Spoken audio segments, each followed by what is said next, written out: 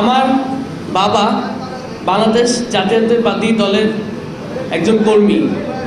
তিনি ছোটবেলা থেকেই আমাদেরকে আপসহীন দেশনেত্রী খালেদা জিয়া, তিনি আমাদেরকে ছোটবেলা থেকেই আপসহীন দেশনেত্রী বেগম খালেদা জিয়ার আদর্শে অনুপ্রেরণা করে বড় করেছেন এবং আমাদেরকে শিখিয়েছেন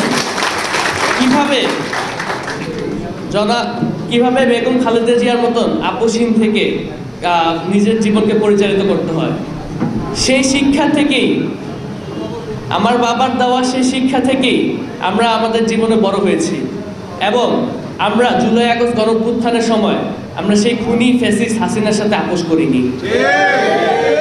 মুগ্ধ শহীদ হওয়ার পরে আমরা দেশবাসীকে মুগ্ধর কথা যখন জানাতে চেয়েছি তখন নানাবিধ হুমকি ধামকি তখন থেকে শুরু হয়েছে এবং আমরা সেক্ষেত্রে দমে যাইনি এবং আমার দেশবাসীকে জানিয়েছি কিভাবে মুগ্ধর সাথে অন্যায় করা হয়েছে, কিভাবে মুগ্ধকে খুন করা হয়েছে।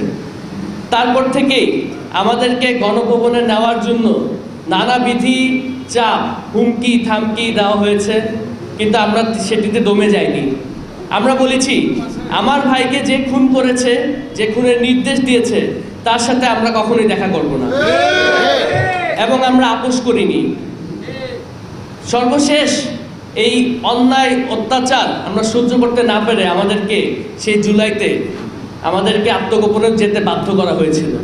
ঠিক বিএনপির প্রত্যেকটা নেতাকর্মীকে যেভাবে আত্মগোপনে যেতে বাধ্য করা হয়েছে, আমাদেরকেও সেভাবে আত্মগোপনে যেতে বাধ্য করা হয়েছে।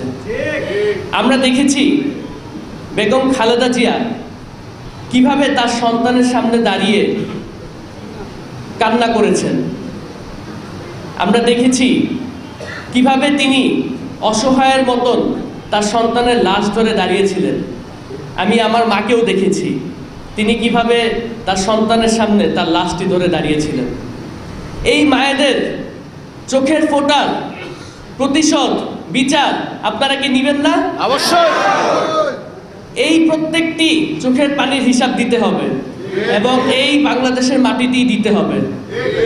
আমরা সবাই মিলে, এই দেশের সকল জনগণ মিলে আমরা এই জুলুমের বিচার আমরা করব।